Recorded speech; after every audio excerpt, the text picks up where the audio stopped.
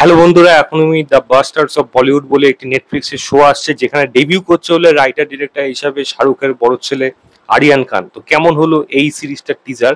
এখানে lead রোলে basically দেখা যাচ্ছে মেন যে সেন্ট্রাল ক্যারেক্টার থাকবে সেটা হলো লক্ষ্যে, যাকে আপনারা কিল সিনেমাতে দেখেছেন, এবং শেহর বাম্বা।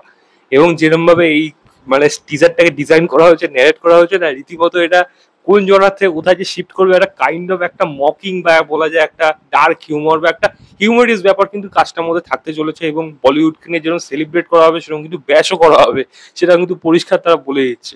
এবং ডিরেক্টর যেহেতু নিজেই একজন নেপোকিট, তো সেখানে সে নিজেকে মানে তারও একটা কাইন্ড অফ একটা হয়তো ঝলক সেখানে পাওয়া যাবে। হয়তো সবার নাম এখানে কিন্তু অনেক আর্টিস্টরা থাকতে চলেছে, হয়তো সবার নাম এখানে সেরকমভাবে নেওয়া হবে না, কিন্তু নামগুলো হয়তো চেঞ্জ করে দিতে পারে, সেটাও হতে পারে। তবে যে মজাদার হতে চলেছে সেটা কিন্তু দেখে কিন্তু বেশ ভালো লাগবে। 20 তারিখে প্রিভিউ একটা আসতে চলেছে, এবার দেখা যাক সেটা কিরকম হয়। এবং এর টিজারটা যেটা সেটা কিন্তু ইমপ্রেস করে দিল, কারণ এরকম যে নতুন ধরনের মানে অ্যাপ্রোচটা যে তোমরা আমাকে ব্যাশ করো, বলিউডকে ব্যাশ করো, নেপোকে নিয়ে এসে ব্যাশ করো, বলিউড নিজেরই একটা ব্যাশ করে একটা কাজ বার করছে। তো কাইন্ড অফ একটা এরকম ধরনের জনের কাজ কিন্তু খুব একটা কিন্তু সচরাচর দেখা যায় না, যেখানে নিজেদেরকে মক করা হচ্ছে।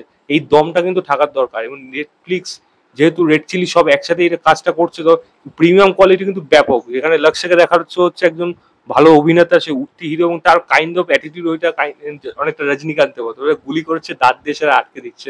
জাস্ট ভেবে দেখুন, এরকম প্রচন্ড ওভার দ্য টপ জিনিসগুলো থাকবে, এবং সেগুলো কিন্তু মজার ছলেই থাকবে। মানে যেভাবে মহব্বতের নিয়ে গল্পটা শুরু হলো এবং তারপরে যেই জায়গায় গেলে শেষ হলো, ট্রাক এসে চেপে বেরিয়ে যাচ্ছে, সেই দিনটা আবার লাস্টে আবার রিপিট করছে ডেজাভুয়ের মতো। সেটা কিন্তু বেশ মজাদার ছিল।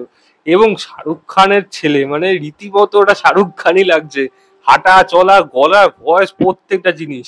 এটা একটা দিকে ভালো, একটা দিকে খারাপও। ভালো কোন জিনিসটা, শাহরুখের যদি কখনো এরকম কখনো করা হয় যে একটা ডিএজিং করে লুক দরকার হবে, সেখানে কিন্তু তার ছেলেকে ইউজ করে দিতে পারে। একই রকম মুখের যে ক্লোজ শটটা দেখাচ্ছে না, এই জায়গাটা করে একটা হাসছে, পুরো শাহরুখ খান ওটা রীতিমতো। এবং তাকে কিন্তু বেশ ভালো মানাচ্ছে, মানে শাহরুখের ছোটবেলার রোল এবং মোহনলালের ছোটবেলার রোলে, মোহনলালের ছেলেকে এখানে দেখা যায়। তো অনেক জায়গায় দেখা যায়, তো এখানেও কিন্তু শাহরুখের ছোটবেলার রোলে কিন্তু এই আরিয়ান খানকে কিন্তু দেখা যেতে পারে। এবং তার মধ্যে মানে এই যে হিউমারিয়াস সাইডটা সেটা কিন্তু পুরোপুরি উঠে আসছে। ডিরেক্টর হিসেবে, রাইটার হিসেবে সেই কাজটাকে কিরকম ভাবে কাজ করেছে সেটা দেখার মতো অপেক্ষা থাকলাম। দেখা যাক কাজটা কিরকম হয়। ইমপ্রেসিভ তো লাগলো, আমার তো বেশ ভালো লেগেছে টিজার। তবে হ্যাঁ, খারাপ দিকে একটা জিনিস থাকে, এটা যেহেতু শাহরুখের ছেলে এবং শাহরুখকে ভাঙিয়ে এই সমস্ত কিছু হচ্ছে, তো কাজ যদি ভালো না হয় লোকে কিন্তু ব্যাশ করবে, তার অবস্থাও কিন্তু অনেকটাই অভিষেক বচ্চনের মতো হবে। অভিষেক বচ্চনের যে ভালো আর্টিস্ট, অমিতাভ বচ্চনের ছেলে, তার সাথে তুলনা করে করে কিন্তু এই মানুষটাকে বলিউড থেকে হারিয়ে দিয়েছে। কিন্তু তার মতো কিন্তু ভালো আর্টিস্ট কিন্তু খুব কম আছে।